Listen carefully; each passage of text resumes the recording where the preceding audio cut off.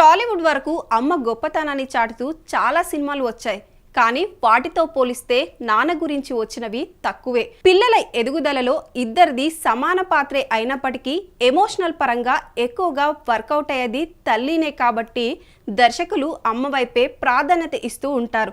తెలుగు తెరపై తండ్రి కాన్సెప్ట్తో ఆనిముత్యాలని చెప్పుకోదగ్గ చిత్రాలు బాగానే వచ్చాయి. కానీ ఇప్పటి జనరేషన్కు పరిచయం ఉన్న కొన్ని ప్రత్యేక చిత్రాల గురించి చూద్దాం.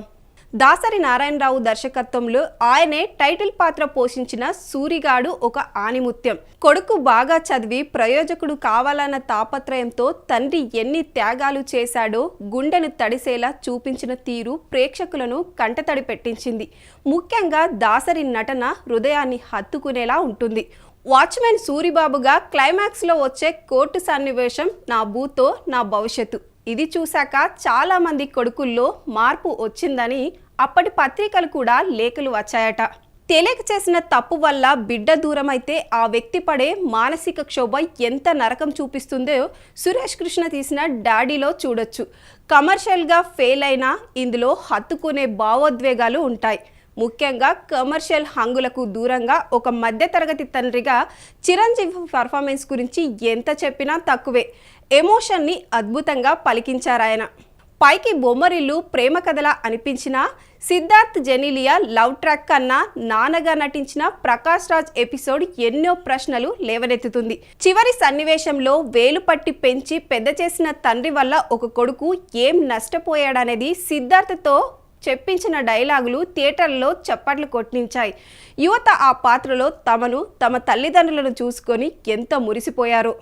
త్రివిక్రమ్ దర్శకుడుగా మొదటి సినిమా నువ్వే నువ్వేలో హీరోయిన్ శ్రేయ తండ్రిగా ప్రకాష్ రాజ్ పాత్రను తీర్చిదిద్దిన తీరు ఆడపిల్లను అపురూపంగా పెంచే నాన్న మనస్తత్వం ఎలా ఉంటుందో తెర మీద ఆవిష్కరింపజేసింది.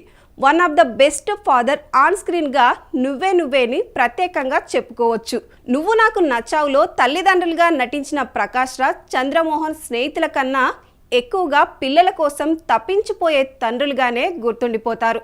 సుస్వాగతంలో దర్శకుడు భీమినేని శ్రీనివాస్ పవన్ కళ్యాణ్ ఫాదర్గా చేసిన రఘువరన్ని ప్రజెంట్ చేసిన తీరు, దానికిచ్చిన ముగింపు కాలేజీ కుర్రాలను కూడా కన్నీళ్లు పెట్టించాయి.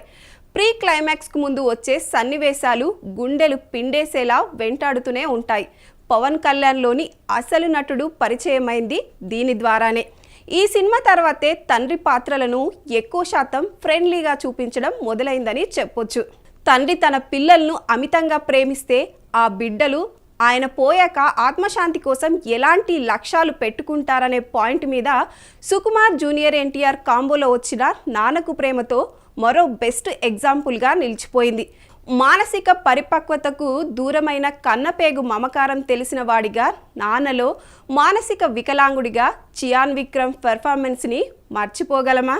ఇది మాత్రమే కాదు, తండ్రి పాత్ర ఔన్నత్యాన్ని గొప్పగా చాటే నాన్నగారు, బంగారు కుటుంబం, కొండవీటి సింహం, జస్టిస్ చౌదరి, పండంటి కాపురం, బంధం, సూర్యవంశం లాంటి ఎన్నో గొప్ప చిత్రాలు ఉన్నాయి.